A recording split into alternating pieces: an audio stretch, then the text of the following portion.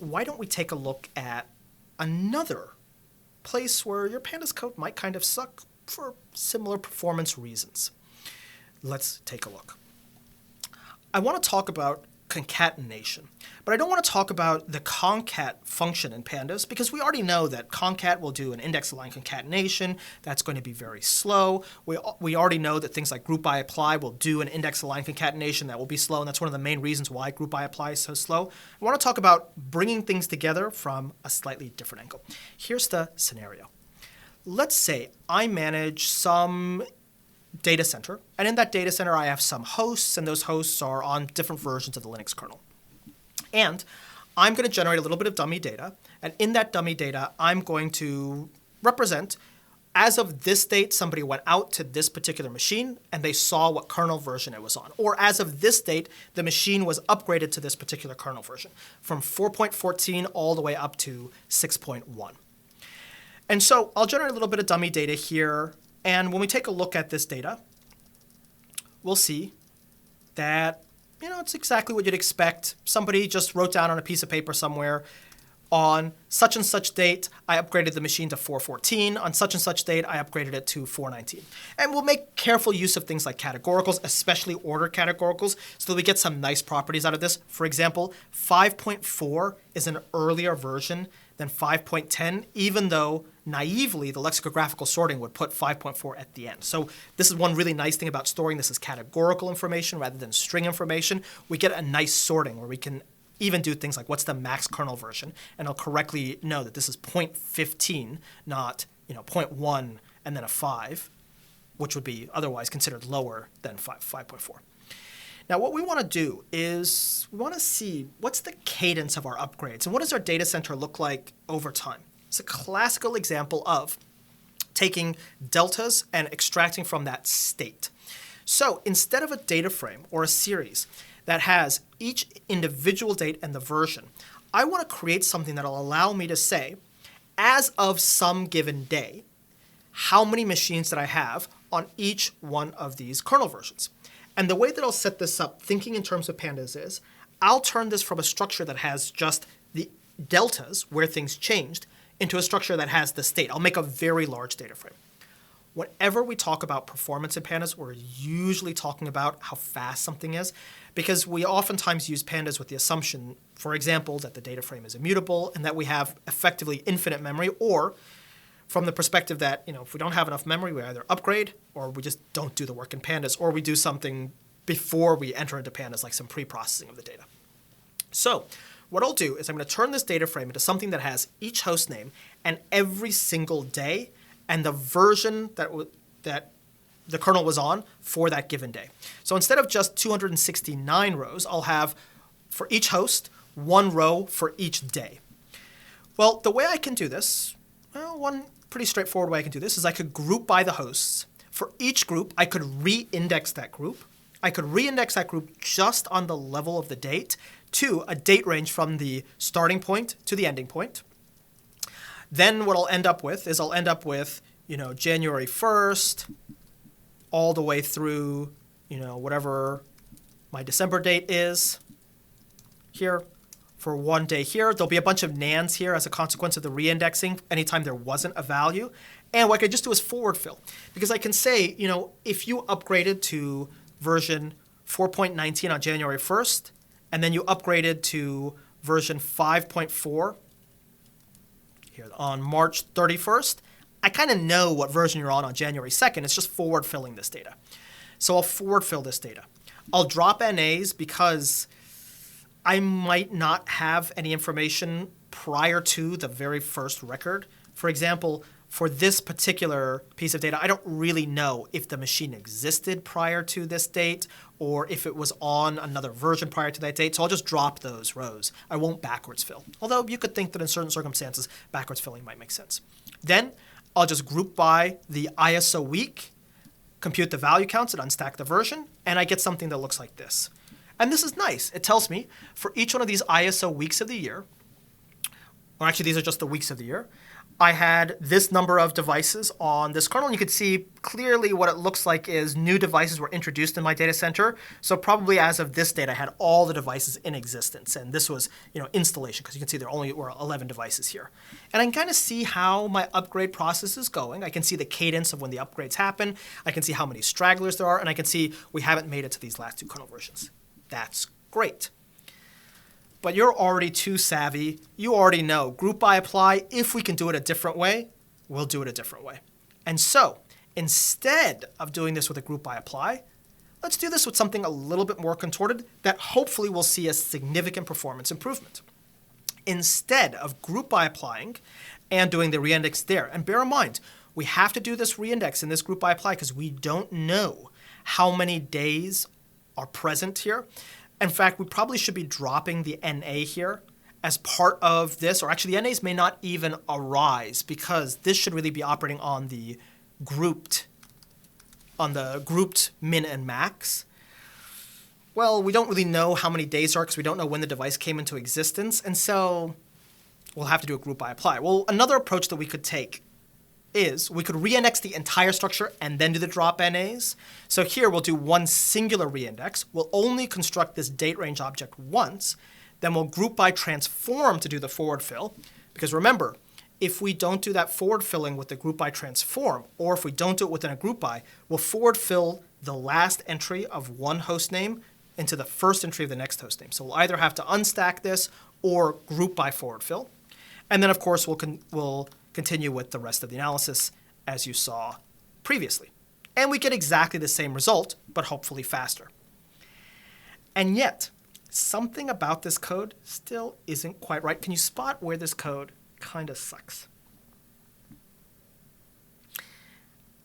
If you're thinking that the performance here has yet another round of improvements left in it, you're absolutely right. But can you spot how the performance of this code might suck, specifically how to improve the performance, or what, surprisingly enough, might end up being materially faster?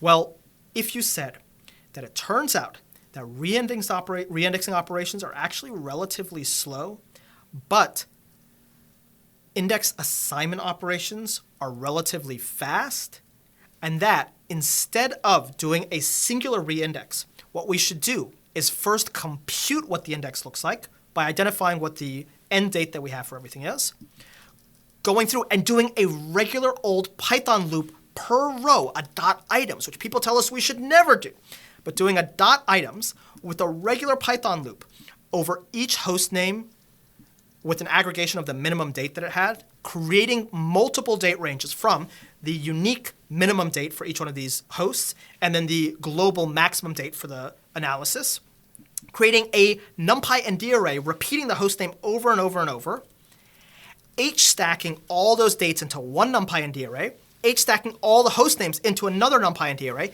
constructing a brand new pandas multi-index from that, creating a new series object that's empty from that, and then assigning the values from the original structure into this brand new, much larger structure that we created with a dot lock. If you said that will, surprisingly enough, be faster than the other two approaches, I am very impressed, because it turns out you're right. And in a material way, but I would be surprised if this is your first intuition for how to speed up things in pandas. Well, in fact, it turns out that index alignment operations actually are relatively slow. And anytime we're operating within pure pandas, especially when we're doing like a reindexing or doing a concat, the need to go through the index and to figure out how to align things up, especially for concatenation operations, just tends to be kind of slow.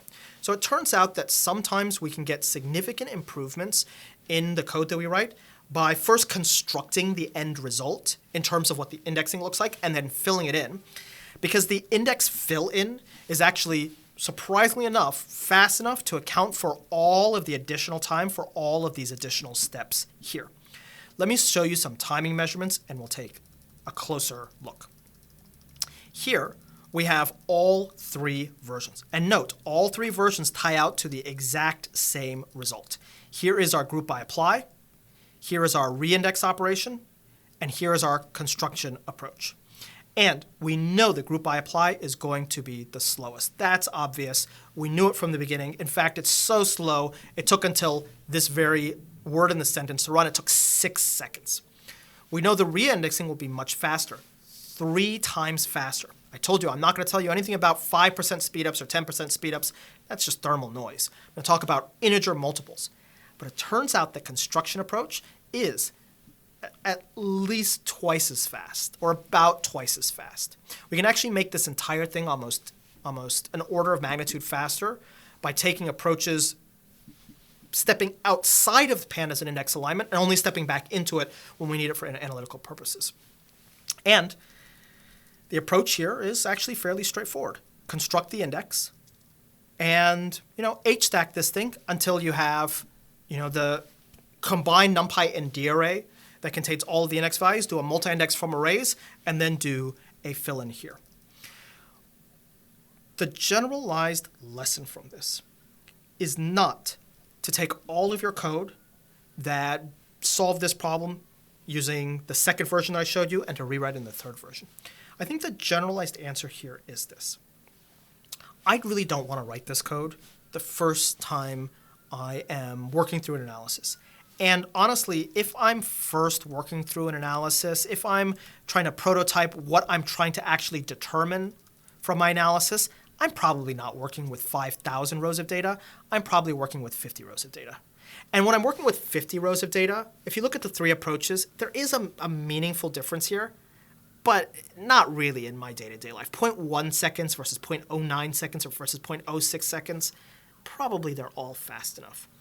In truth, for how much I want to avoid group by apply, it's not a bad place to start because it gets you to what you want to do quickly and directly. However, as you see the data sets that you work on grow, you want to make it possible to swap out the slow approaches for the fast approaches. And so, one thing that I see people rarely do in their pandas code is find additional structuring, additional programmatic structuring. This group by was doing a lot of things, and you can imagine that I might not be doing this one group by in only one part of my code, but I could be doing it in multiple parts of my code. So these lines could be cut and paste throughout my code. If it's the case that I want to take these multiple lines here and turn them into these multiple lines here, I definitely don't want to be cutting and pasting from this to this at 8 different spots in my Jupyter notebook. Instead, what I really want to be doing is finding ways for me to simplify the process of improving my code layer. So what I might do is I might really just hide this behind a simple function.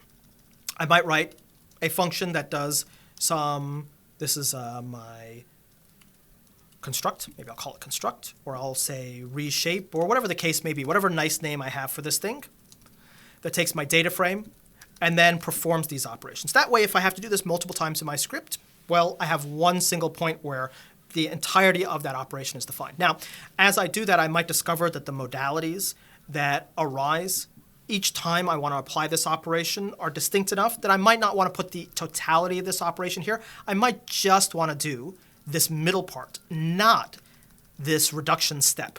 So really all I might want to do is take these 2 pieces here on some data frame that don't require any other data than what I have here and hide that behind this function. And so here I can do a kernels.pipe, and I can pipe it to this poorly written or poorly named, but decently at first glance written function. Then I can swap this out at a later date with one of the other formulations. This is what I mean by when I say you really should, if you're using pandas as a heavy user, you should have a utils library somewhere. And that utils library should have small units of high generality, but that are still specific enough to the use case that you have, because you don't really want to write code like this on the first draft. But you want to make it really easy to take code that was written in the naive approaches and to lift it up into something like this when you discover that the performance gains that you can have on the real world data that you have, the large sets of data that you have, are quite material.